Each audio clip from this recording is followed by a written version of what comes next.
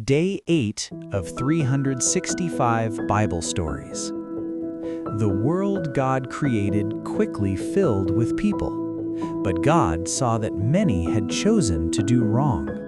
They cheated, they stole, and they lied. God was disappointed by what he saw. He was sorry that he had made the world this way, so he decided to begin again. God planned a great flood. Rain would fall without stopping, covering the land and washing everything away.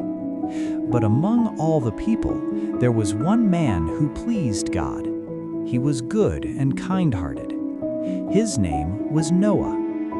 God chose Noah to survive the flood. He told Noah to build a massive boat called an ARK. It would be large enough to hold Noah's family and 2 of every kind of animal on earth. Noah obeyed God without question. Day and night he worked tirelessly, hammering wooden planks together and building the biggest boat the world had ever seen. Join me tomorrow as we continue this journey through the Bible.